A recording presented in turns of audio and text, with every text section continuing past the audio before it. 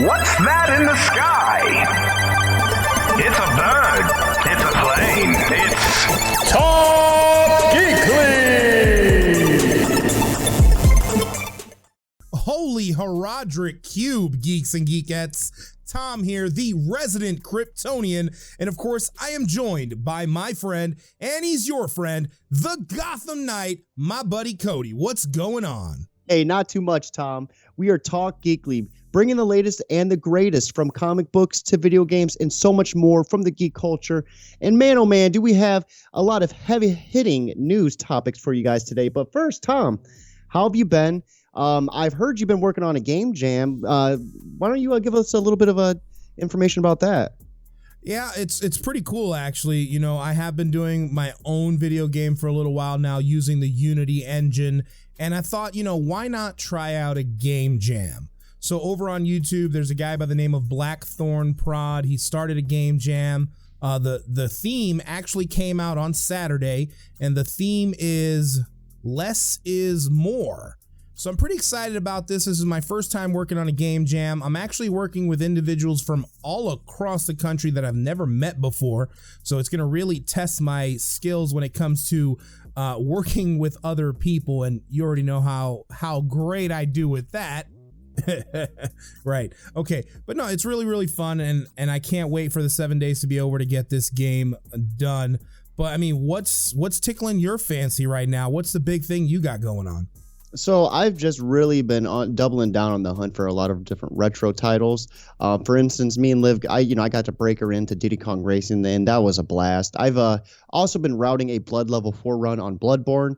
Bloodborne, as you guys may know, is one of the harder games for video game consoles, and it's not on PC. So it's literally just on PS4. I don't know why it's a console, but anyways, Blood Level 4 pretty much is. You're going in there, you're -6 levels from the starting level, and you just die and suffer until you beat the game. Oh, that sounds like just so much fun. But I do got to admit, your retro collection is starting to make me feel jealous, man. Every time I check Facebook and I see some new thing you just picked up, I'm just like, man, I remember when I had that. I wish I still had it. Oh yeah, it's definitely been bringing me back to the old, the good old days, early '90s. Not a bill in sight. I'm a kid after school chugging down some Mountain Dew, eating Doritos. But Penn, I think one thing we both can live up to is a little bit of that geekly news. This week in Geek. So this week, it was actually announced by Activision that Vicarious Vision was going to be absorbed by Blizzard, and they were actually going to start providing support on future projects. And then right after that announcement, we got to find out what one of those projects was, and that is a Diablo 2 remake. Now, what's really, really exciting about this news is that this was actually originally going to be worked on by Team 1. Now, for those of you that do not know, Team 1 was responsible for the remake of Warcraft 3, which didn't necessarily make fans happy. So it's nice to know that we have a developer that's coming in to work on this game, which is one of probably Blizzard's most loved games of all time, honestly, besides World of Warcraft. This developer, they've got experience doing a remake. Their Tony Hawk Pro Skater 1 and 2 was definitely successful, and I cannot wait to see what Vicarious Visions does for the Diablo franchise. So the Tony Hawk Pro Skater 1 and 2 was a game I picked up the night it launched, and I ended up beating it, I want to say, in 5 hours. I played that game religiously, and let me tell you, when I say that the remake, there's no words that can do it justice. I think out of all the remakes I've played, that is one of the ones that held the most truest. So I am excited. Diablo 2 was my starting point in the Diablo universe. I then went back to play Diablo 1 on the PlayStation, and I just remember how awesome it was. I remember getting duped. I want to say in the second act, someone told me to go up to this wall, drop a gem infused item, and they would duplicate it for me, and then I would have 2, and then they just took off and ran. I just remember stuff. Yes, I just remember it left such a lasting impact. But speaking of lasting impacts, it looks like Microsoft is now backtracking on their Xbox Live price hike. They were looking to jump it up to 120 for so many different users, and that's even to play games that are free to play, such as Apex, Fortnite, and so many other titles. Now, here is my thing. A lot of people are applauding Microsoft, and rightfully so, because they went above and beyond, and then allowed Fortnite and Apex just to be played, I think, without subscription. I think that's what was the big gist of it. But the one thing is, these guys were going to hike the price, and they were going to do it because they can. They didn't give no fucks about anybody out there. They were just going to jump this up and see how it was going to last. But then instantly, within seconds, gamers fled to Twitter, just mocking them and just striking them down. And I think this was just Microsoft just trying to save face. So I'm not really sure how to feel about this exact story, because for someone like myself, I subscribe to Game Pass Ultimate, and Game Pass Ultimate includes the Xbox Live subscription, and the price, it's a perfect price point. It makes perfect sense to purchase that as a product. As far as I'm concerned, who would spend money on Xbox, Live by itself? And Microsoft knew this. They knew what they were doing. It made sense, not just from a business standpoint, but for a consumer. Like, why would you purchase just the Xbox Live service when you can get Xbox Live and the Game Pass on both your console and PC, all included in one bundle for a price that's comparable to what Sony is currently offering? I can see why people were frustrated about the price hike, but the reasoning behind Microsoft doing that was they wanted to push people onto Game Pass.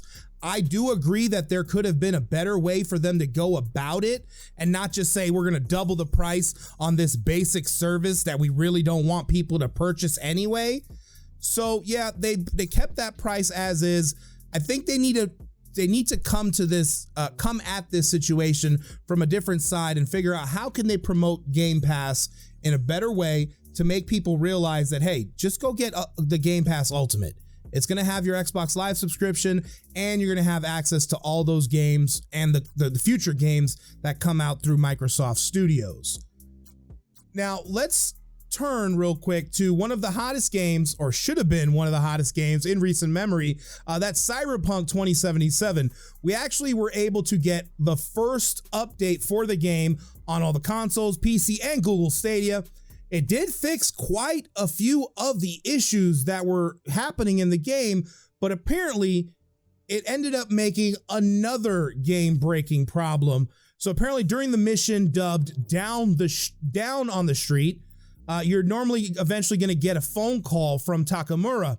Well, apparently the issue happens where you weren't getting the call, and this update fixed that. However, now you get the call, but he doesn't say anything. So you're still stuck in this broken gameplay loop, and there hasn't been any official workarounds to this. So we're actually just going to have to sit back, relax, and wait for the next update. But the internet is already buzzing. Very, very happy with what CD Projekt Red did with this update, and hopefully it's just blue skies coming up for the game. We'll just have to wait and see. So I always applaud developers that continue to work on the game to try to fix it after the game's already launched. But with that being said, it's still team fuck them for how they launched the game to begin with. So until it's, I guess, fixed, I kind of refuse to do any sort of second playthrough. It was just, it's a big fucking letdown. Yeah, it's a big letdown. Another big letdown I'd like to jump into, since we're on the topic. It looks like there was a massive $250,000 Warzone tournament with hacking allegations that just started descending into chaos. So it looks like Twitch Rivals Doritos Bowl, featuring the Call of Duty Warzone finals, came to an abrupt stop after Canadian competitor Metzi B was accused of using an aimbot.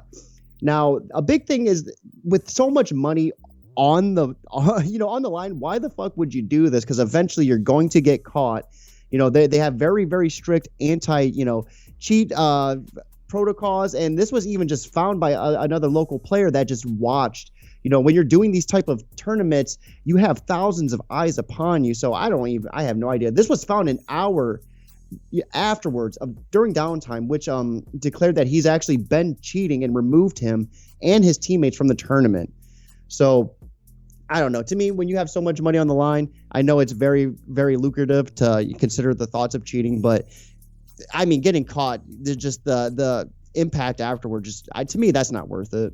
Yeah, it's definitely to be expected. It's, just like with Major League Sports, when like you said, when there's that much money on the line, there's bound to be somebody doing something shady or trying to do something shady. And hopefully, a situation like this just pushes the companies to continue to work harder on the different anti-cheat programs that they include in their game downloads and their servers that run all these different online multiplayer games, so on and so forth. It's sad that it's got to happen, but it is a good thing in the end for most gamers because it's just going to make a better experience all around. Now, one thing that I am sad that is happening for sure is the fact that the Ghostbusters Afterlife film has got pushed back once again. So it was originally slated to be released June 11th of 2021, and now we are looking at November 11th. Now, in recent time, with the whole COVID pandemic, we've seen companies like HBO Max and Disney Plus, release things to their streaming service, to their streaming platforms day and date. And Sony has already went ahead and said they are not going to follow that route. They supposedly, and you can't see me, but I'm doing air quotes, they believe in the movie theater experience. I'll be real with you. This is a big power move. It's all about making money. Sony does not have a streaming platform to take advantage of. So they know that their only play is to either just stall until people are back in theaters in droves, or spend the money and make a deal with one of these streaming platforms to get their movie on there. So in their eyes, they're like, no, we'll just postpone. And hopefully, when, November rolls around, there'll be enough people going to the movie theaters at that time where we can make our money. I just want to watch the film. I hope that Sony realizes that just pushing things back isn't necessarily the best thing for them business wise. They should talk to somebody. They should make a deal. I mean, that's what I think. I'm not sure how you feel about that. Do you think they should wait for theaters or try to make a deal with one of these streaming companies? So it's like this. I recently just took my daughter to see the new Croods there. We went to the movie theater. It was her suggestion. I was like, let's run it. When we got there, we selected our seats. There was like 2 rows that just like cleared out around us. So like a packed movie night in a coronavirus, a coronavirus America is not going to be ideal for sales. And they have to realize that at some point. Maybe when restrictions lift up and we could see more seats get filled, then yeah, that might be a little bit more of a lucrative idea. But I'm with you. I think we need to get it on a streaming service. Let's not pull Mulan bullshit and charge $30. That was kind of just outrageous. But let's slap maybe a $15 price tag on it. That's reasonable, I can see. Because that's right there, right, is the price of a movie. When it drops. Even $20 would be all right. Yeah, because I mean, you have a couple people and maybe give it like a day or two, But I think we need to get on a streaming service. I think pushing it back, we're just going to lose the hype for it. If we have the ability to drop it, you want to drop it while the fire's booming. We good? Okay. So we here at Talk Geekly would just like to take a few moments of silence, just an appreciation of Larry King. He just recently passed away. And we just wanted to take a moment to acknowledge his 63 years of service for so many different platforms. We had audio, we had, television, digital. He set the ground for so much. And, I know a lot of different people aspire to be on that level. So, without further ado, let's just give him a few moments.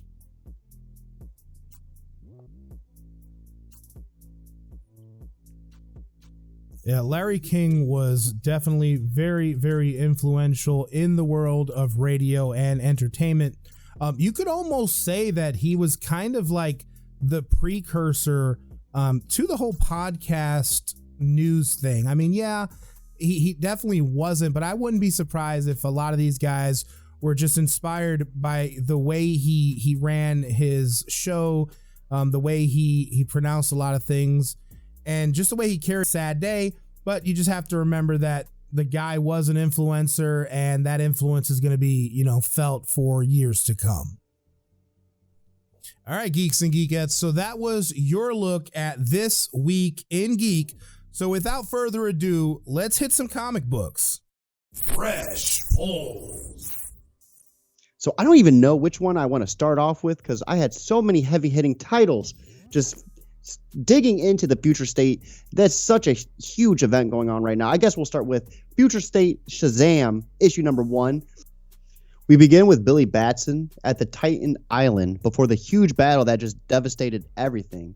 And then it fast forwards to a panel of Shazam fighting in hell, throwing us into the beginning of the last temptations of William Batson.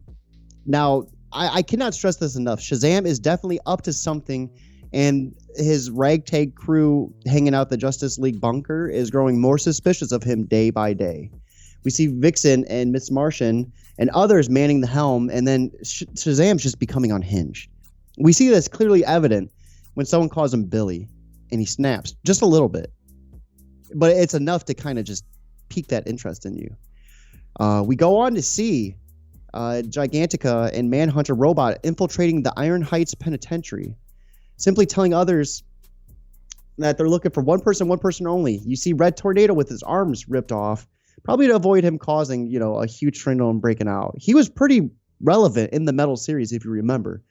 We also see this one crazy-looking guy called Creeper, but then we are soon met by Shazam and the army, and they're freaking out because someone ended up killing Creeper within seconds. And the crew's left searching, but more bodies begin to pile, and Billy Batson's nowhere to be found. So there's a lot of tension building. Now, this was written by Tim Sheridan and art being done by Eduardo Panska. I think it's interesting what you're saying about Shazam and how he seems to be getting a little more, I guess, aggressive. Would you say he seems to be getting a little more aggressive? So, without spoiling too much, I could just say, yeah. You'll see a side of Shazam that you probably would never expect to see. And that's perfect, because I feel like with the character Shazam in the comic books, DC tends to always have more success with that character when he starts to tread more on the darker side. And in recent time, we've seen that, with his interaction with the Batman Who Laughs, and even in Deceased. The character just tends to resonate more with people when he's a bad guy. So I hope that that's something that DC indefinitely explores, and maybe we just kind of eventually see this character stay on the dark side. I don't know. I personally would like to see that happen. But my first Marvel book for you guys this week is Cable issue number 7. Now, this was written by Jerry Dugan, and we've got art from Phil Noto. And the Marvel Mutants are still dealing, of course, with the fallout from the X of Sword event. And it's at this time where Cable decides, you know what, he's going to jump feet first into a mutant baby kidnapping crime spree. Well, he's going to solve it. He's not necessarily going to jump into it. But I think my favorite part of this book is actually seeing Cable and his sister Rachel work together on trying to solve this crime, and seeing them use their powers side by side. It's a very interesting dynamic, and it's one that we have never seen in any of the mutant books before this. So really, really cool. One thing I gotta admit that I do not like about this, now this is supposed to take place before the King of Black event. Now, with that happening right now, it kind of leaves things a little out of whack as far as the timeline is concerned. But I'm guessing that they wanted this book to release before the King in Black, and they weren't able to because of COVID reasons, who knows what. But it's still a good book, and with the introduction of a very familiar villain towards the end, I'm just intrigued to see where this story takes us in the future. So, what type of powers does Rachel have? Oh man, Rachel Summers is Oh, okay, Rachel Summers. Okay, so when you said sister, I've totally forgot that Rachel Summers was his sister. So that tells you how long I've been out of the Marvel universe. So let me readdress this then. Seeing them fight side by side, We don't get to see that very often, do we? Like I said, I don't think it's ever really at least not this version of the characters. This is the first time where we have the young Cable who doesn't have the techno-organic virus and has full faculty over his psionic capabilities. And seeing them whoop ass is awesome. Do you think this might be foreshadowing for battles to come? I definitely would think so. Right now, the Summers family as a whole has a huge role to play within the Marvel books, because you've got all of them. You know, not only do you have Rachel and Cable there, Nathan, you've also got Hope Summers, you've got Cyclops' dad, and both of his brothers. All of them live together on the moon. So I see things, coming up big for the Summers family very, very soon. So it's perfect you say that, because that gives me the perfect segue into Future State Nightwing issue number 1. This has to be, I would say, out of everything I've read, and I have yet to read the Robin Future State. I was going to try to get to that tonight, but this one has to be the one that was the most impactful that I've read thus far. And I know that says a lot because I've read crazy titles. So we begin a few years into the future, and you see Nightwing just diving through the air with huge wanted posters hanging in the background. And then it was awesome. There was this innocent couple getting like manhandled by the magistrate. And one's getting grabbed by the throat, but Nightwing just quickly disposes of them. And then he knows within seconds that this innocent couple is actually augmented, metahumans. Like these are just like villains who have just these crazy abilities. And he quickly dismantles them. But then he's like caught off guard. It was like, I think a deploy, because he then creeps in the shadow and catches the sniper and pretty much beats it out of them that they're looking for him. And then that's when you find out that Dick is actually the leader of the masked resistance.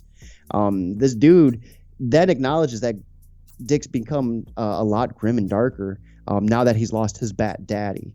That's it, word for word what he said. And then we come to find out that Gotham's been without Batman for a couple years now, and everything's just going to hell, and no one knows what's going on.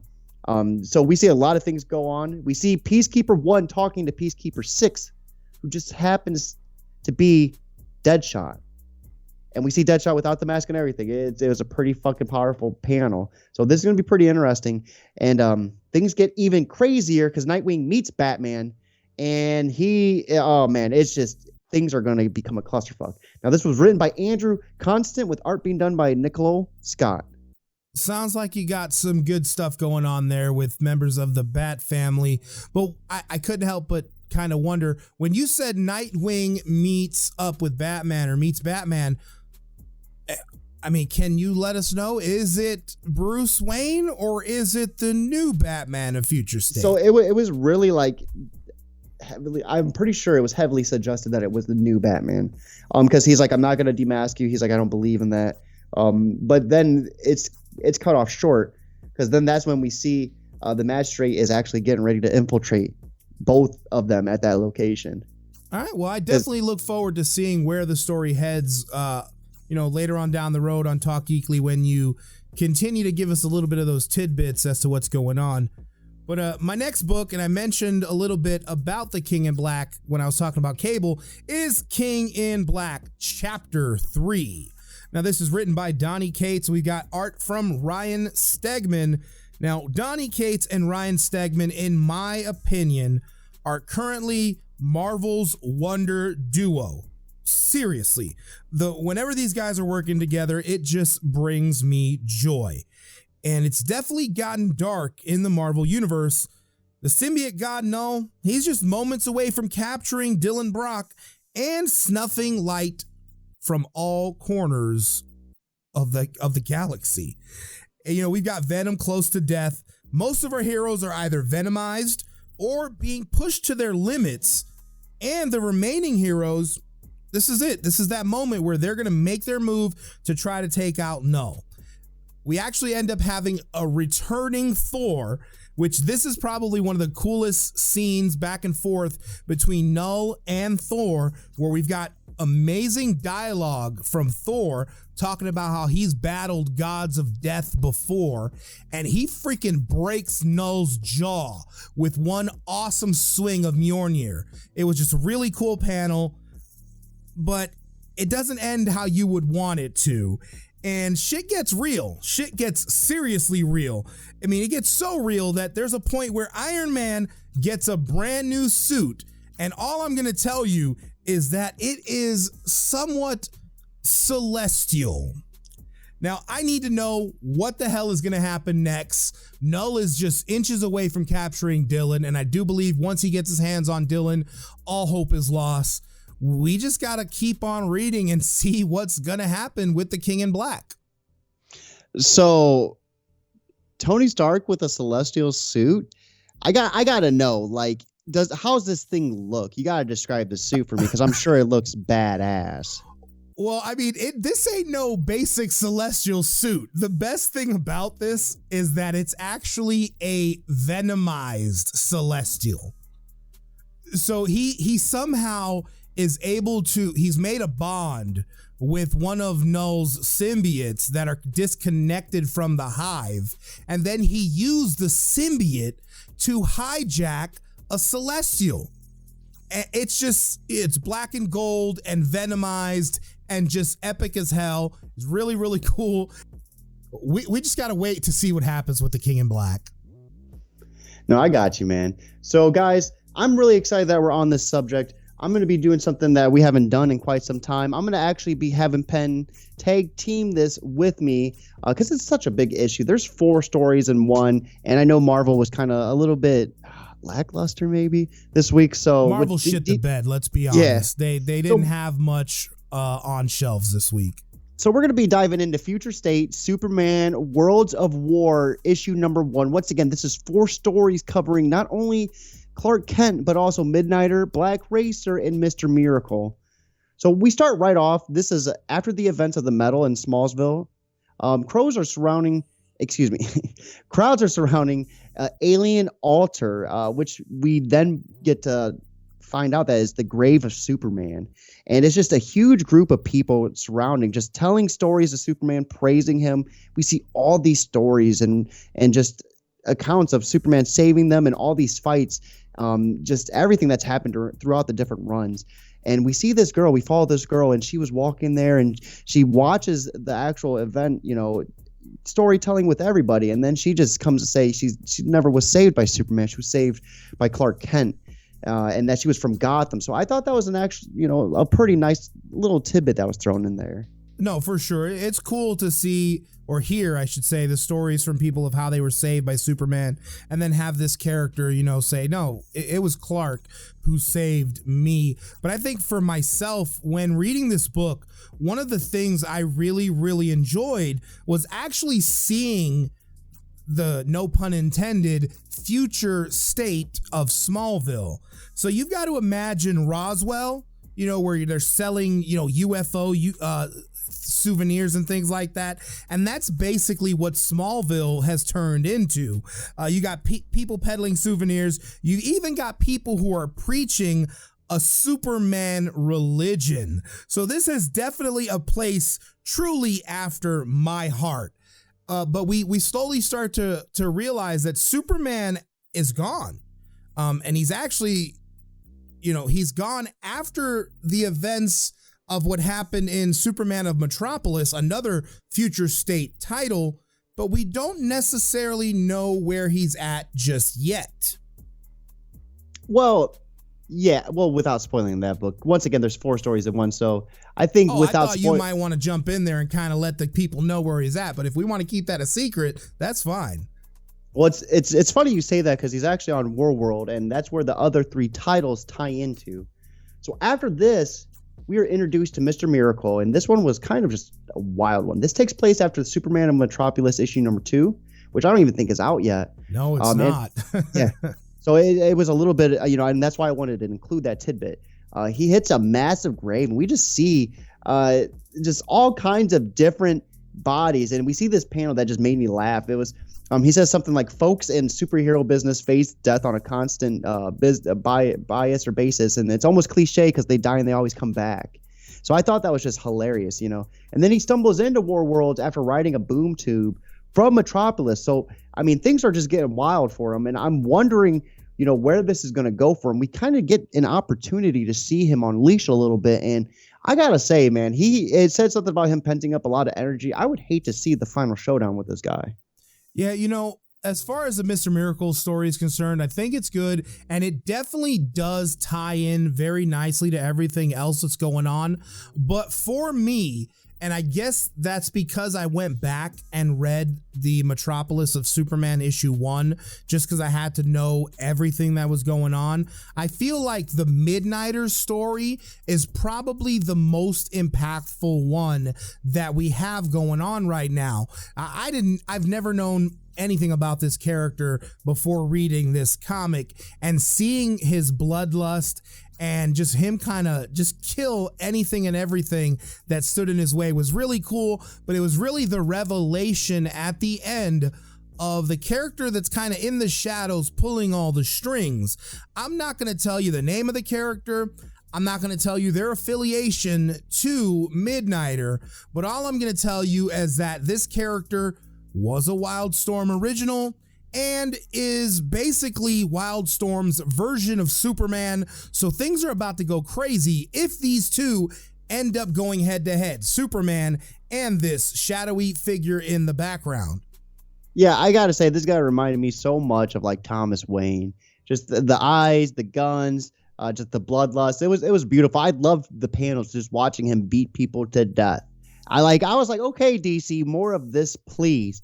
Now, we ended this 4-story collection with something I felt like was a little, I don't know how to feel about this. This one was a little bit different.